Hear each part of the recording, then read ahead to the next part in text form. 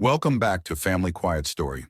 If this is your first time here, this is the place where we share real, honest stories about families, the love, the pain, and the hard choices that shape us. Today's story is about a father, a son, and one small word that changed everything.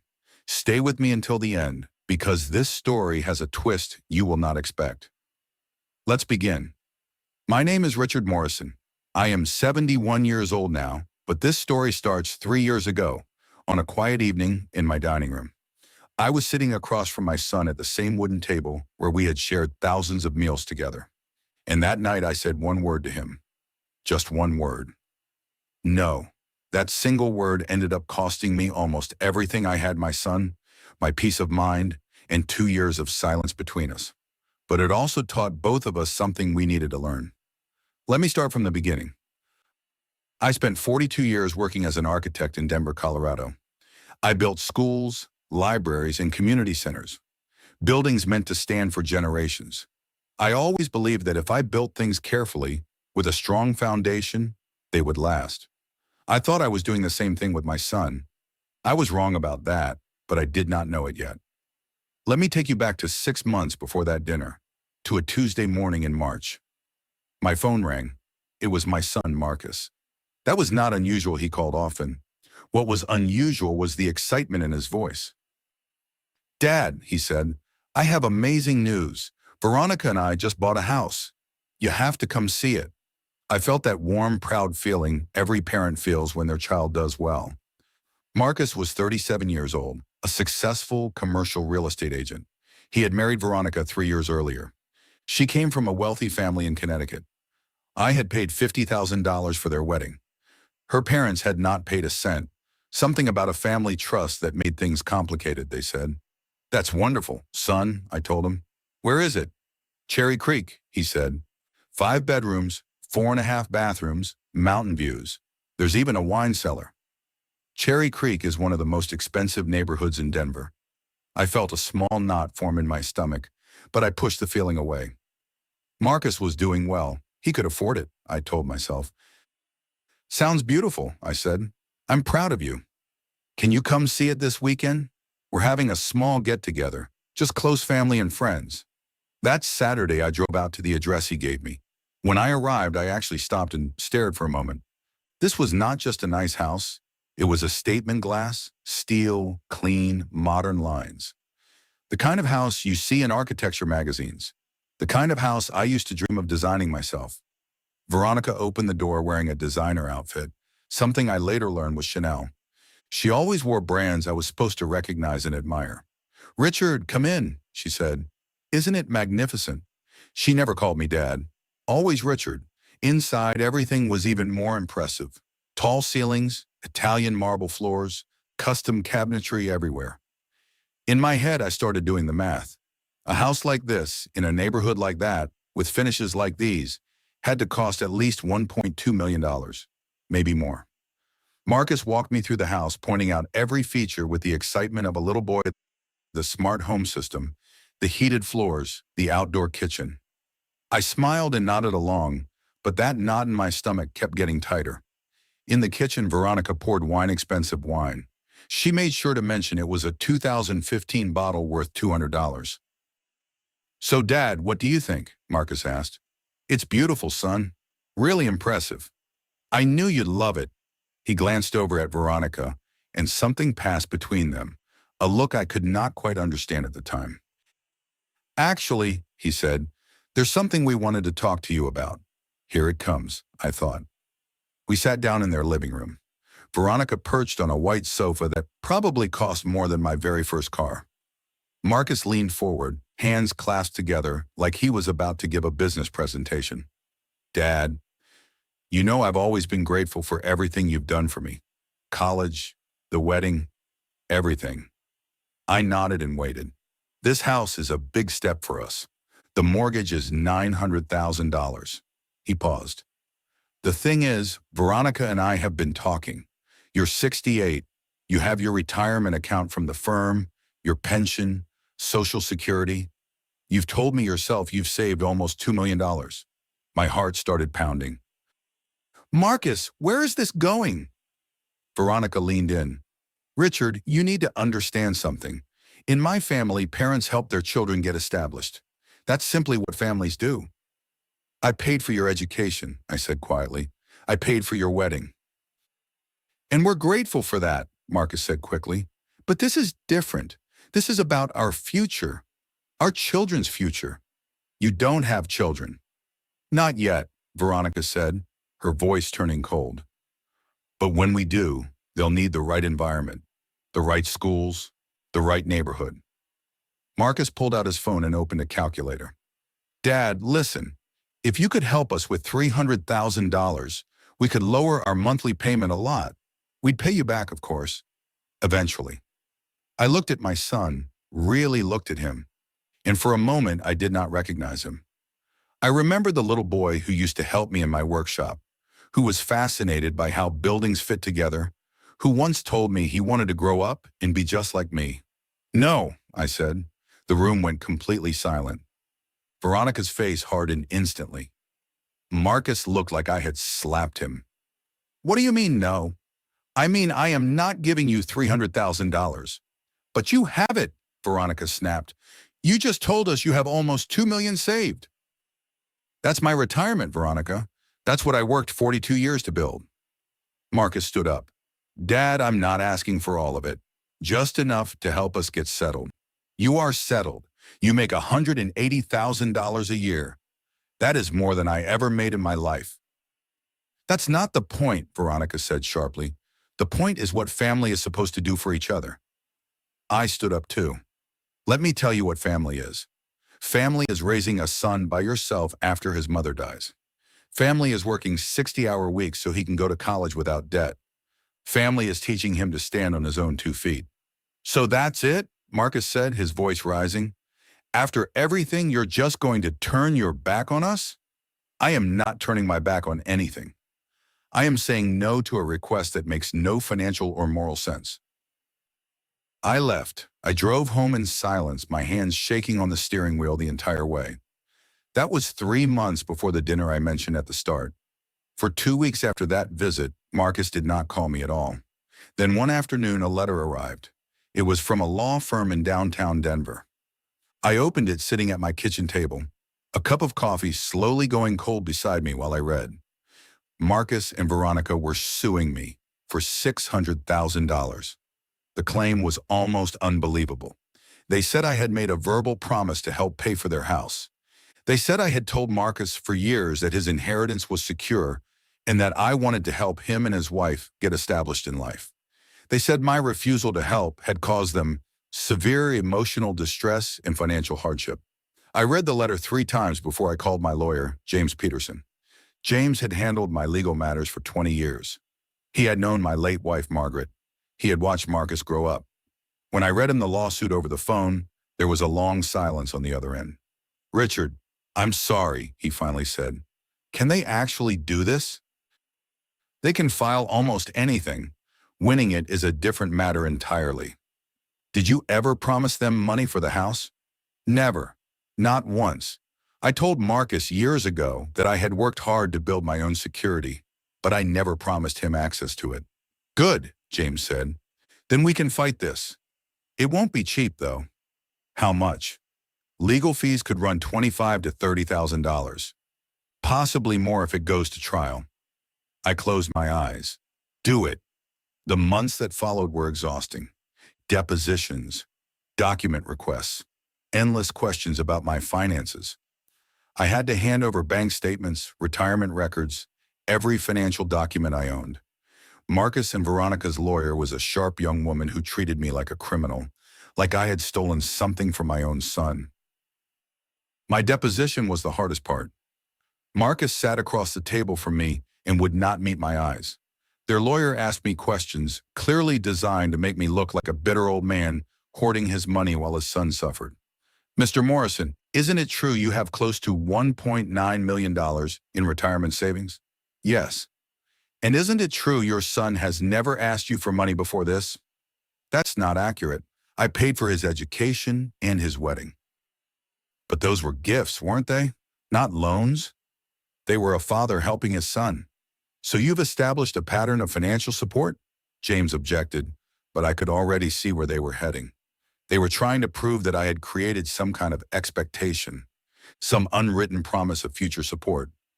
Later, James shared Marcus's deposition transcript with me. My son had told his friends, his co-workers, even Veronica's family, that I was going to help pay for the house before he had even asked me for a dime. He had bragged about it as if it were already a done deal. "Why were you so confident your father would give you $300,000? The lawyer had asked him. "Because he always has," Marcus answered. "He's always been there for me. I just assumed this would be the same." Assumed. He had built his entire financial future on an assumption. Then something changed the case. James's investigator dug into Marcus and Veronica's finances and found that in the 6 months before they bought the house, Veronica had spent $47,000 on designer clothes, a new car, and a trip to Paris. Meanwhile, Marcus's commission income had actually dropped. He had lost 2 major deals that year. They were not struggling because of the mortgage. They were struggling because they were living far beyond their means. James filed a motion to dismiss the case. The judge denied it. We were going to trial. The night before court, I could not sleep. I sat alone in my study, the same room where I used to help Marcus with his homework, where we used to talk about his dreams for the future. On my desk sat a framed photo of Marcus at his college graduation, his arm around me, both of us grinning like fools. I picked it up and traced the outline of his face with my finger. Where did I go wrong? I thought about Margaret, my late wife. She died when Marcus was 12 years old. Breast cancer took her in just 8 months. Before she passed, she made me promise to raise him right, to make sure he became a good man. I had tried, God knows I had tried, but there was something else she had told me, something I had almost forgotten until that very night. We were in her hospital room, maybe a week before the end. She was so weak she could barely lift her head off the pillow. "Richard, promise me something else. Anything. Don't let him take you for granted. I see it sometimes, the way he expects things. He's young, he'll probably grow out of it. But if he doesn't, you have to be strong enough to teach him." I had promised her. But had I actually kept that promise? Or had I made things worse by always saying yes, always making life easy for him? Court day finally arrived. I wore my best suit, the same charcoal gray one I had worn to Marcus's wedding. The courtroom was smaller than I expected. A handful of people sat in the gallery, some friends of Marcus and Veronica, and my neighbor Frank, who had come to support me. Marcus and Veronica sat at the plaintiff's table. Marcus looked thin. He had clearly lost weight. Veronica sat with her jaw set, her eyes hard as stone. The judge was a woman named Patricia Hendricks, known for being no nonsense. Their lawyer gave her opening statement first, painting me as a wealthy man, abandoning his own son in his time of need, like I was some kind of miser counting his gold, while his son froze outside. Then James stood up. "Your Honor, this case is about entitlement. It's about a young couple who made poor financial decisions and now want the defendant, a 68-year-old retired man, to bail them out of the consequences of their own choices. The plaintiff earns a 6-figure salary. His wife comes from wealth. They chose to buy a $1.2 million house knowing they could not comfortably afford it. And when the defendant, who had already paid for his son's education and wedding, declined to hand over $300,000 of his retirement savings, they sued him. Over the next 2 days, we laid out the evidence bank statements showing Marcus's income, credit card records showing Veronica's spending, testimony from Marcus's own co-workers confirming he had told them I would pay for the house before he had ever asked me. Then came the part I had been dreading. I took the witness stand. Their lawyer went after me hard. "Mr. Morrison, do you love your son?" "Yes." "Do you want to see him succeed?" "Of course." "Then why won't you help him?" I took a breath. Because helping him pay for a house he cannot afford isn't help. It's enabling. Enabling what? Enabling him to keep making decisions without thinking about the consequences. Enabling him to believe someone will always bail him out. "That's convenient," she said. "You get to justify your selfishness by calling it a life lesson." James objected, and the judge sustained it. But the damage was already done. She had planted the seed of doubt. Was I really being a good father, or was I just being selfish? Then it was James's turn to question me. Mr. Morrison, in your 42 years as an architect, did any of your projects ever fail? Yes. What happened? I learned from it. I figured out what went wrong so I wouldn't make the same mistake twice. Did anyone bail you out when that happened? No. What would have happened if they had? I thought about that for a moment. I never would have learned. I would have made the same mistakes over and over again. After my testimony, the judge called both lawyers up to the bench. They spoke quietly for several minutes. Then Judge Hendricks looked directly at me. Mr. Morrison, I would like to ask you something directly. Yes, Your Honor. Did you ever at any point promise your son in writing that you would give him money for a house? No, Your Honor. Did you ever tell him verbally that you would give him money for a house? No, Your Honor. I told him years ago that I had worked hard to secure my retirement. I never promised him access to it. She nodded slowly, then turned toward Marcus. Mr. Morrison, the younger, please stand. Marcus stood, his face pale. I've reviewed the evidence in this case. I've listened to all of the testimony. I have a question for you. When you bought a house you could not afford, did it occur to you that you were gambling with your own financial security? Marcus did not answer right away. Did it occur to you that your father, at 68 years old, needs his retirement savings for his own future? Still silence. Did it occur to you that suing your own father might permanently damage your relationship with him? Yes, Marcus finally whispered. Then why did you do it? Marcus glanced over at Veronica. She stared straight ahead, her face unreadable, like stone. I thought, Marcus said slowly, I thought he owed me. Judge Hendricks took off her glasses. I am going to tell you something, young man. Your father does not owe you anything. He raised you. He fed you.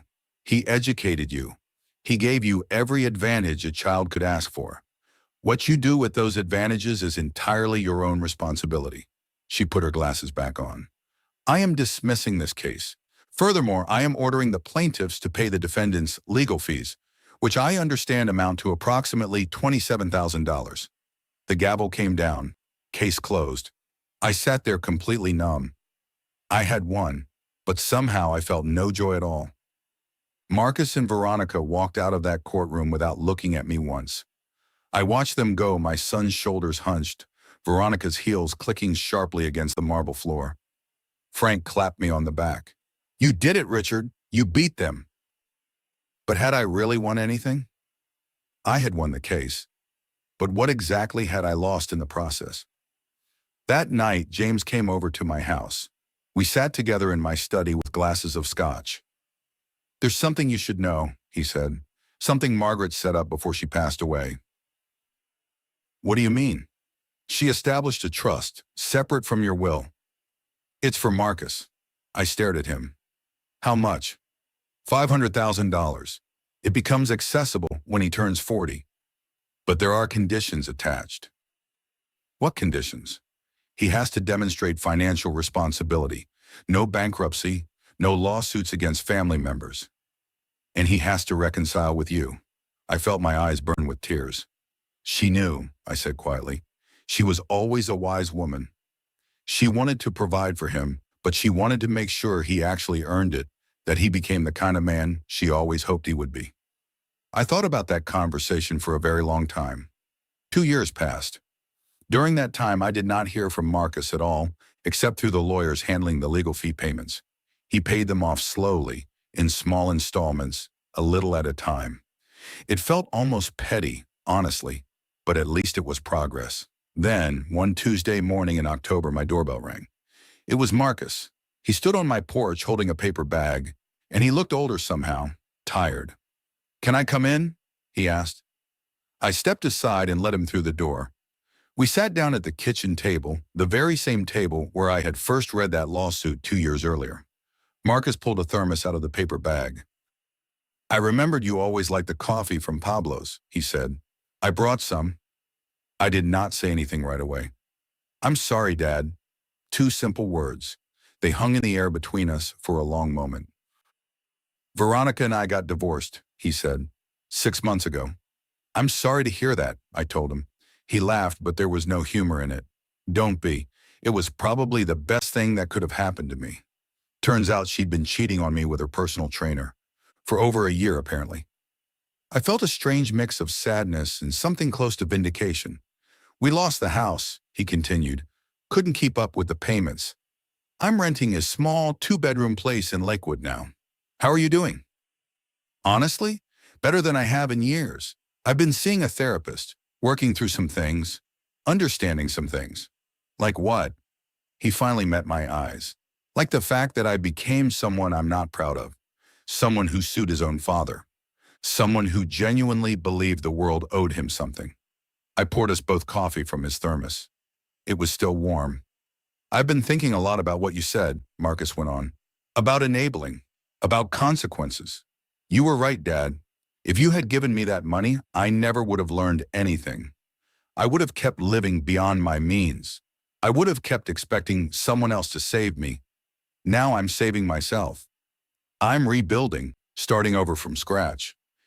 It's hard, but it's honest. We sat together in silence for a while, just drinking our coffee. Can I ask you something? Marcus said eventually. Of course. Why didn't you ever tell me about the trust? The one Mom set up? So you know about that? James called me last week, said I was getting close to turning 40, said there was something I should know, something I could access if I met certain conditions. I nodded slowly. Your mother was smarter than both of us put together. She knew you'd need help someday, but she also knew you needed to become the kind of man who actually deserved that help. His eyes filled with tears. I miss her. Me too, son. Every single day. He reached across the table and put his hand over mine. His hand felt bigger than I remembered. When had that happened? I have 3 more months until I turn 40, he said. I'm going to spend them proving to you that I've changed, that I'm someone you can actually be proud of again. I never stopped being proud of you, Marcus, even when I was angry, even when I was hurt. You're my son. He squeezed my hand tightly. Can I come back? Not for money, not for anything except this. Coffee, conversation, time. I felt something loosen in my chest, something that had been locked shut tight for 2 long years. I'd like that, I told him. Now, 6 months later, Marcus comes over every single Tuesday morning without fail. We drink coffee from Pablo's together. We talk about his work, his life, his therapy sessions. Sometimes we talk about his mother. Sometimes we simply sit together in comfortable silence, and that's enough. He's dating someone new now, a woman named Sarah. She's a school teacher. She drives an old Honda Civic and wears clothes from Target, not designer labels. When Marcus talks about her, his eyes light up in a way I never once saw when he talked about Veronica. Last week, he brought her over to meet me for the first time. She was nervous, fidgeting with her coffee cup the entire time. Mr. Morrison, she said, Marcus has told me everything that happened. I just want you to know, I'm not like that. I don't care about fancy houses or expensive things. I smiled at her. Call me Richard, and I can already see that you're not like that. I can see it in the way he looks at you. After they left that evening, I sat alone in my study, looking at that old photo of Marcus's college graduation. But now there's a new photo sitting right beside it, taken just last month at the Denver Botanic Gardens. Marcus has his arm around me. We're both grinning like fools again, just like in the old picture.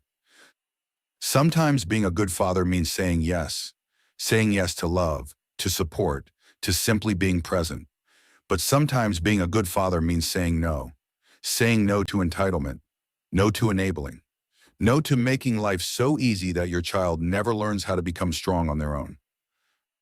I said no to my son 3 years ago.